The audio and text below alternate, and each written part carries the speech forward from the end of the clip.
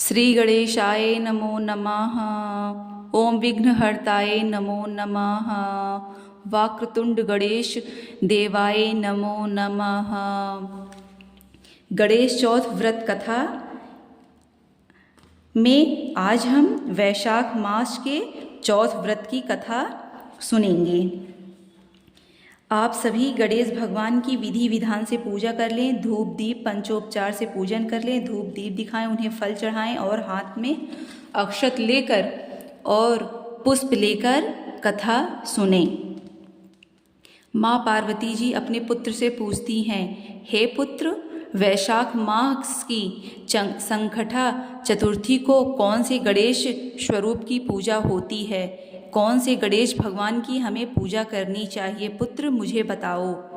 श्री गणेश जी बोलते हैं, हे माँ, वैशाख मास के चौथ में वक्र तुंड गणेश भगवान के स्वरूप की पूजा होती है। इस पूजा में कमल गट्टे के बने पदार्थ का भोजन करना चाहिए। पूर्व काल में यही प्रश्न श्री कृष्ण जी से युधिष्ठिर ने भी किया था। भगवान श्री कृष्ण ने जैसा उत्तर दिया मैं वैसा ही आपसे बतलाता हूँ। माँ, ध्यान पूर्वक सुनिए आप। पूर्व काल में रतिदेव के राज्य में धक्रकेतु नामक ब्राह्मण रहता था। उसकी 2 स्त्रियां थीं, सुशीला और चंचला। दोनों ही स्त्रियां बहुत ही सुंदर थीं। सुशीला धर्मपरायण स्त्री थी। वह पूजा पाठ व्रत उपवास दान धर्म में उसका अत्यधिक विश्वास था। और चंचला कभी कोई व्रत अथवा दान नहीं करती थी। वह सुशीला को कटु वचन बोला करती थी। सुशीला गणेश भगवान की परम भक्त थी। सुशीला के कन्या और चंचला के पुत्र पैदा हुआ। चंचला सुशीला को हमेशा अपमानित करती रहती थी और उसे हमेशा ताना और कटु वचन सुनाती थी। सुशीला कहती, देख, तूने पूजा पाठ व्रत करके अपना शरीर सुखा दिया, फिर भी तुझे पुत्री पैदा हुई। मैंने तो कोई व्रत नहीं किया, फिर भी मुझे पुत्र पैदा हुआ। ऐसे कटु वचन सुनकर सुशीला बहुत ही दुखी होती और बहुत ही रोती। वह भक्तिपूर्वक गणेश भगवान की आराधना शुरू कर दी और व्रत पूजा पाठ करने लगी। गणेश भगवान के व्रत पूजा पाठ करने से गणेश भगवान अत्यंत प्रसन्न हुए और सुशीला को स्वप्न में कहते हैं, सुशीला, मैं तेरे पूजा पाठ से बहुत ही प्रसन्न हूँ। मैं तुझे वरदान देता हूँ, तेरी कन्या के मुख से सदा मोती व मूंगे गिरेंगे तथा तुझे सुंदर पुत्र और विद्वान पुत्र की प्राप्ति होगी। कुछ समय के बाद सुशीला के गर्भ से विद्वान और सुंदर पुत्र उत्पन्न हुए। कुछ समय इनका सुखपूर्वक व्यतीत हुआ। कुछ समय उपरांत धक्रकेतु स्वर्ग को प्राप्त हुआ। चंचला सभी धन लेकर सुशीला को अलग कर दिया।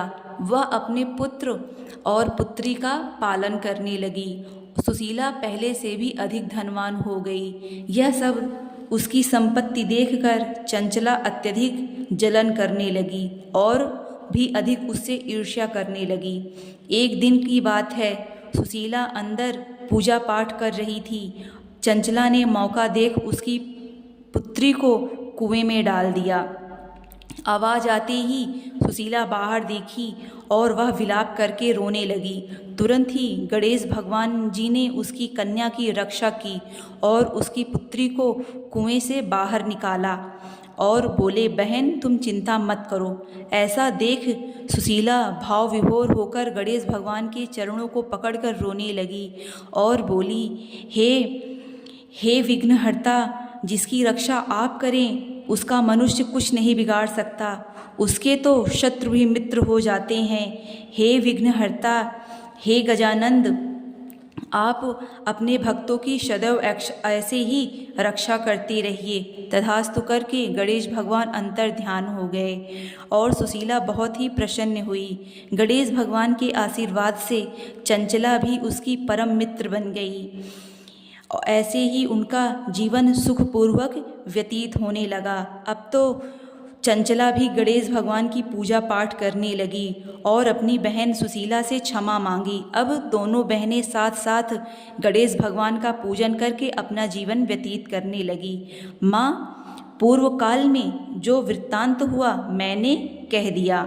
श्री कृष्ण जी बोले, गजेंद्र, तुम भी गणेश भगवान की उपासना करो, गणेश भगवान की पूजा करो। गणेश भगवान के आशीर्वाद से सभी शत्रुओं का नाश होगा और तुम्हें विजय प्राप्ति होगी और तुम अपने भाइयों के साथ अपना राज्य प्राप्त करोगे।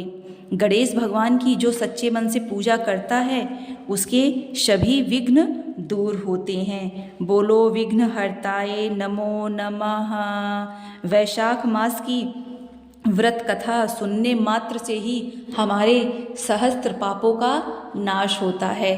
कथा सुने और जो हाथ में आपने अक्षत पुष्प लिया है भगवान के चरणों में छोड़कर भगवान गणेश भगवान की आरती करते हुए आप अपने पूजा को आगे बढ़ाएं।